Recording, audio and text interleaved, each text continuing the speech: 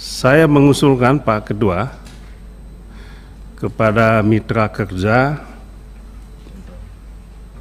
kepolisian, kejaksaan, dan Kumham. Saya sangat senang ada TWK, tes wawasan kebangsaan di KPK. Kalau boleh, di kejaksaan, kepolisian, dan Kumham juga dilakukan hal yang sama. Dan juga harus ada anggarannya di sini. Kalau bisa. Tentu maksudnya bukan untuk memecat atau memberhentikan yang tidak suka dengan kita,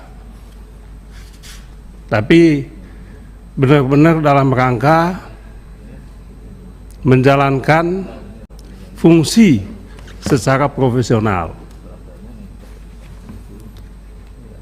supaya ada militansi, dan saya tidak melihat itu ada di sini.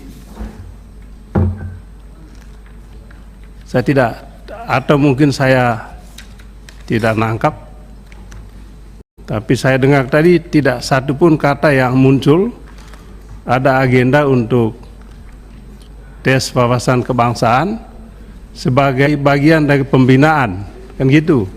Ini kan dulu kalau saya tidak salah bagian dari agenda reformasi kultural di setiap institusi, itu kan gitu. Yang kemudian Bapak Jokowi melanjutkan itu dengan revolusi mental. Nah, ini saya lihat sudah tidak muncul lagi nih. Apa hilang atau apa saya tidak tahu. Tapi tolong itu dimasukkanlah kalau bisa. Yang kedua, kita kan tidak tahu soal pandemi ini ke depan akan nambah, akan lama lagi atau apa dia ini, kita tidak tahu. Tapi kalau bisa anggaran yang ada kita pakailah vaksin semua itu. Saya nggak tahu sekarang sudah atau belum. Di kejaksaan, semua pegawai di kejaksaan itu vaksin ini, keluarganya juga. Jadi jangan hanya jaksa tapi istrinya tidak, anaknya tidak. Kalau bisa wajib vaksin ini. Ini yang menurut saya penting sekali. Begitu juga kepolisian, begitu juga Kumham. Kita nggak tahu ya, kalau sudah ya terima kasih banyak. Tapi kalau belum, tolonglah ini dipakai dulu lah uang yang ada itu untuk itu. Kemudian yang ketiga, nah ini kejaksaan ini kan Pak ya, Pak Jaksa Agung, Pak Wakil Jaksa Agung, kita kan ingin kejaksaan ini bisa lebih punya gigi lah. Saya dulu berkali-kali meminta kalau bisa kejaksaan ini jadi paling depan dalam agenda pemberantasan korupsi. Semua sepakat tetapi tidak diikuti dengan anggarannya. Kami mendatangi sejumlah daerah dan juga banyak keluhan. Bagaimana kami bisa melakukan pemberantasan korupsi Pak Beni? Uang dananya setiap kabupaten cuma 300 juta Pak Ketua. Cuma 300 juta Pak. Lalu kita mau, wah kejaksaan harus paling depan pemberantasan korupsi. Tidak adil kita. Sementara KPK ini dikasih anggaran, coba bayangkan. Jadi kita punya politik hukum ke depan ini kayak apa sebetulnya untuk pemberantasan korupsi. Ini kan nampak nanti di anggarannya ini. Sama juga dengan kepolisian. Nah, saya lihat tadi ini kan timpang sekali Pak. Untuk penyidikan di kepolisian gede sekali anggarannya.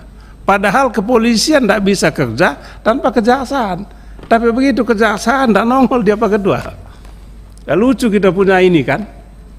Lucu ini kita punya sistem anggaran penegakan hukum ini. Jadi mestinya di kepolisian nyambung dengan di kejaksaan. Sebab itu pintu masuknya. Tidak mungkin hanya di kepolisian. Apa akibatnya? Akibatnya selama ini Pak Ketua, puluhan ribu kasus SPPD yang mentok di kepolisian. Aku punya datanya, kalau memang Bapak Wakapolri butuh itu, saya akan sampaikan kalau butuh. Kalau enggak juga enggak apa-apa. Tapi poin saya adalah ini tadi, mandek dia. Setelah kita tanya kenapa mandek ini, anggaran Pak Beni enggak cukup untuk itu. Oh ya udah, kalau memang begitu ya di SP3 kan dihentikanlah kasusnya, jangan dilama-lamain, ya kan Pak Arteria Dahlan. Ya karena Bapak ketawa makanya saya respon juga. Jadi ini kita punya politik hukumnya. Kemudian yang kelima, Kumham. Kita soal mohon maaf soal lapas lagi ini kan Pak.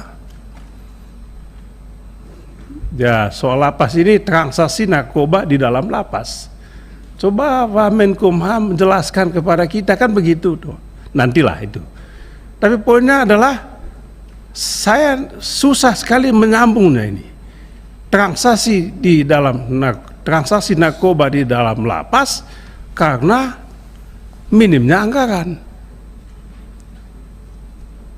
Nah ini, padahal pintu masuk ke dalam lapas ini kan cuma satu. Nggak tahu kita di mana minim anggarannya ini. Nah ini juga pertanyaan yang mungkin pertanyaan sederhana tapi mendalam sekali maknanya. Kemudian yang terakhir untuk Kumham, ya tolonglah Pak, ini saya lihat anggaran untuk bikin undang-undang di sini, rancangan undang-undang itu minim sekali. Bapak punya BPHN, tapi anggarannya di situ cuma berapa? Badan pembinaan masih pembinaan atau apa?